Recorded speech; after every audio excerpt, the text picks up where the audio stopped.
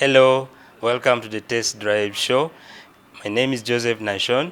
In today's episode, I will be speaking to Ambassador of South Sudan to Uganda, His Excellency Simon Juach Deng. Honorable, thank you for allowing us to speak to you. Independence to South Sudan, that very many still call it a young nation. How nice is it this time to celebrate this independence in Uganda? Thank you, Test Drive Show, and the great people of South Sudan, our friends and well-wishers. I start by bringing you the greetings from His Excellency President Salva Kiir Mayardit on the occasions of the 12th independence anniversary. So I would like to take this opportunity to announce to you that the Embassy of the Republic of South Sudan and the South Sudanese community in Kampala have going to celebrate our 12th independence anniversary at Las Vegas Hotel in Bunga, Kampala. And the celebrations will commence from 1 to 4 p.m. Now, coming to what you've said, our people have fought for decades to have this independence, and it is symbol of our unity. So it is very important for us to celebrate and also remind the younger population that South Sudan is home to all of us. And that's why the South Sudan Embassy here in Kampala is there to service all South Sudanese, irrespective of whatever thoughts or ideas they have. We are there to protect the interests of the government of South Sudan and protect the South Sudanese people in Uganda. And I want to conclude this by quoting our national anthem. May God bless South Sudan with peace, unity, and harmony. Long live the government and people of South Sudan. This could be the very first time that the embassy is organizing this special day for the South Sudanese. What could be this belief this time? Where do you want to? What is peace back? Is this it one way of saying peace is back to South Sudan, or are you saying this should start from here and be taken back home? Thank you, the Test Drive Show. Very interesting question. This is a basic responsibility for every citizen. Celebrating our national events is a sign of our sovereignty. So yes, it's both. We've been having sustained peace since the 2018 revitalized peace agreement, and thus now you can go from a BA to south in Nimule, and you can move in freedom.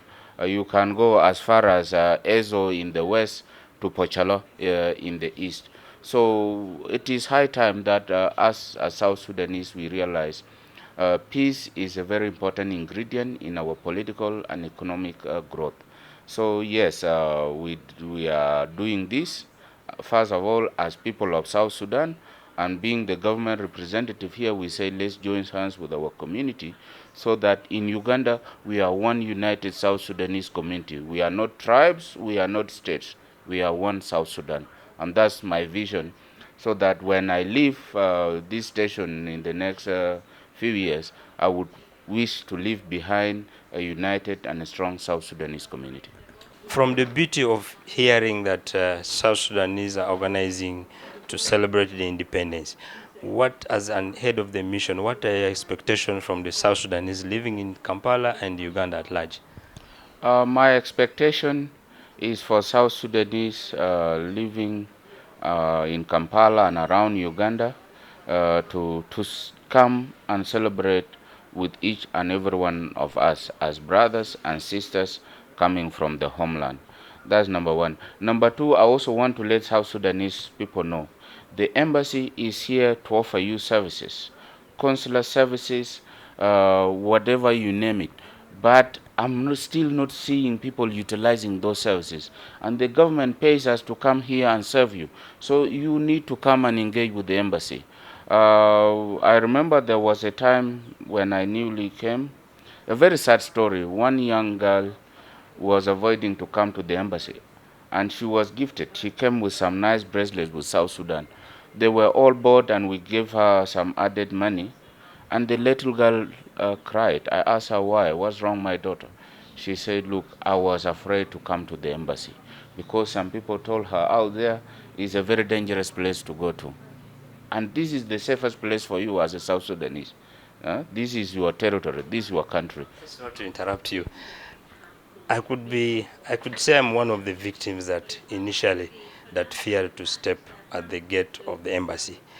Um, the mentality that is built by some people on how when you come, you definitely your question, a lot of questions that you find, and not making it a home. Um, what is embassy supposed to do for the South Sudanese? A few things you can highlight for us. Yes, the embassy can offer several services, from consular services. For example, if somebody have a travel document issue, visa issue, national ID, that's the embassy is here. We have a full migration department that can help you renew or get your new national identity cards. For example, last week we had a South Sudan basketball volleyball team that were going to play in Rwanda. They came. We only learned about them when they were stopped at the Uganda-Rwanda border because they didn't have the right travel documents. I had to summon immigration officers to come back at the embassy at night around 7, 8 p.m.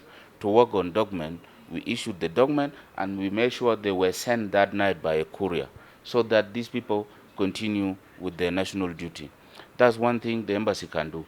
For South Sudanese people who are doing business in Uganda, for example, we can help them get work permit just like the way other nationals of East Africa are getting the same services in Juba. But the problem is South Sudanese citizens are not engaging with their government, with the embassy. So I'm appealing they should come. If you have issues related to setting up a business, you having court cases, we can help you. We have people who will be there alongside you.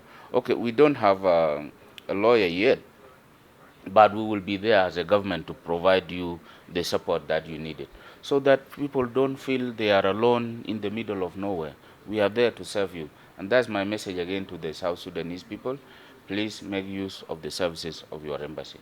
Thank you. As we conclude this show, we urge you all the South Sudanese on 9th July, please, you turn to the venue and celebrate. This is a special day for nationals like us to go and embrace peace and interact with fellows from the different part of the country, different part of the town, and you get there. To the last thing, just not to forget, South Sudanese have all over the country. Are there mechanism to bring them together by the embassy, like communication? Because what we have realized in the past years is there's no communication from the embassy as well to the South Sudanese communities in Uganda. Is there any plan to have this done? Yes, we do. We have a very good strategic plan that we started working on. For example, in the past 3 months, I had a team that I sent out to find the statistic of South Sudanese incarcerated in Ugandan prisons. They started from Luzira and they went all over the regions. This was a project also supported by the First Lady to see if there are people who are due for release and they don't have means to pay the penalty. We can see how to support them. So yes, also we are planning to have a tour of most of the regions where our people are residing.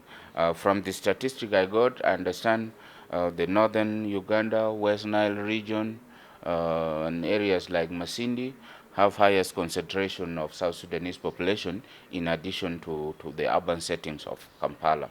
So yes, we hope by our 13th independence anniversary, we will have one strong South Sudanese community association that is not tribal based. It's a national association that speaks on behalf of South Sudanese. That's what we want to see. And once we have that, we can see what mechanism do we have to have also sub-community associations in those districts, so that there is a flow down of communication from the top and also from bottom up, so that people know they have services that they can benefit from. Another thing we are hoping to do is to have mobile clinic of migration officers, where they will be traveling to places with highest concentration of our people, so that people get travel document or national ID cards in areas that are close to them. For example, somebody coming from Koboko or from Gulu to Kampala to get a national ID or travel document is costing people time and money. So we want to take services closer to where the people are. Lastly, as South Sudan prepares for election, I'm requesting our people to be the agents of peace. Those of us in diaspora who have access to social media, let's preach peace, not hatred, because we've seen the hatred has taken us nowhere. Let's preach peace and shun violence, so that South Sudan become a prosperous nation amongst the countries of East Africa, Africa, and the world. Thank you so much. My name once again is Joseph. With my team, we're speaking to the ambassador of South Sudan to Uganda, His Excellency Simon Deng. Uh, we'll be bringing you more, and also on Independence Day, I and my team will be at the ground to bring you all the the happiness, the expression of the South Sudanese on this day. Thank you so much. We meet again. Bye bye.